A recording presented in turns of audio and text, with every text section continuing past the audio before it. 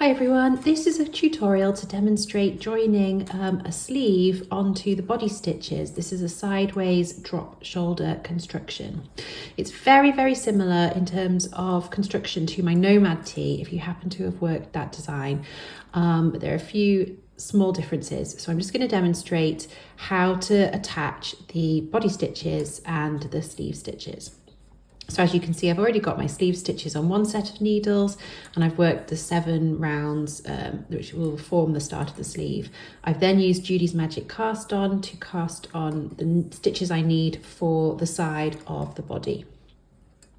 The last thing that I've done, which is quite a useful tip, is just to tie a single knot at the back of this cast on, because with Judy's Magic Cast On it's fairly unstable in terms of the stitches can easily slip off the needles. So if you pop a single knot just at those ends, it just helps to stop any of those stitches from slipping off the needles whilst you're trying to work this next section. Okay, so what you're going to do first of all is make sure that you're orientating your work correctly. So this is the right side of the work where you can see the stitches just kind of disappear in between the 2 needles.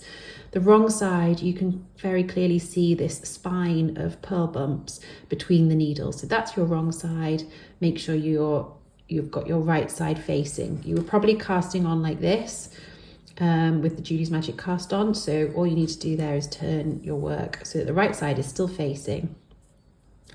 Then you're going to pull the bottom needle out from those cast on stitches and bring it round so that you can then knit the stitches on the top needle. So you pull away the bottom needle to knit the stitches on the top needle. And then just making sure you're not working with the tail, you're going to knit all the way along this first row of body stitches. Okay, so I've knit along that first row of cast on stitches. And what you're then going to do is pick up your existing sleeve stitches and you're just going to knit all the way around your sleeve stitches next. So you're going to continue to use the same needle that you used for your body stitches. You're just going to start now knitting the sleeve stitches. You'll knit all the way around your sleeve stitches, and then I'll show you what to do next. Just double check when you start doing this, just make sure that you are starting with the right side of your sleeve facing you. So don't accidentally knit the purl side. You want to make sure that you're knitting on the right side of your sleeve.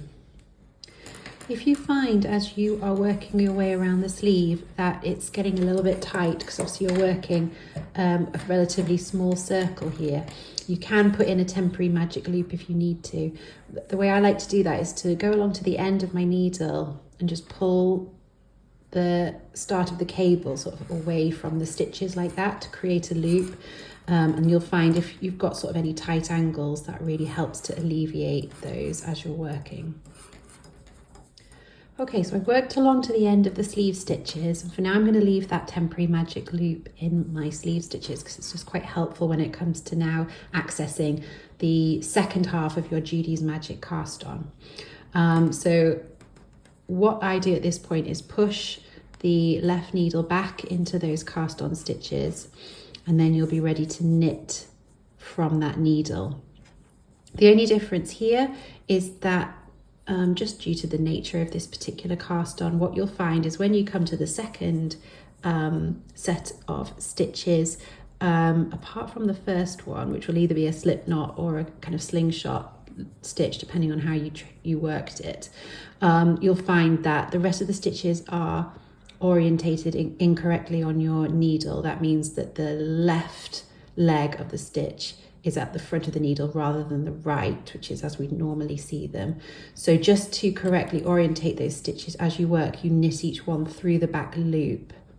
And all that does is it just takes the stitch and turns it back the right way round. So each one you knit through the back loop until you get to the end of that row.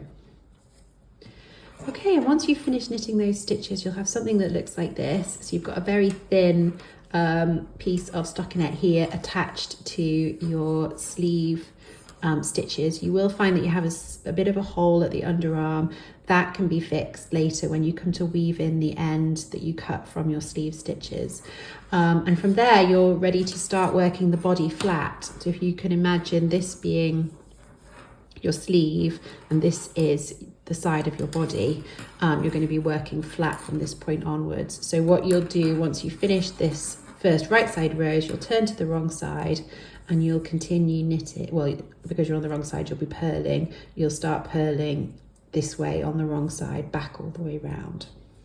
Okay, I hope that helps.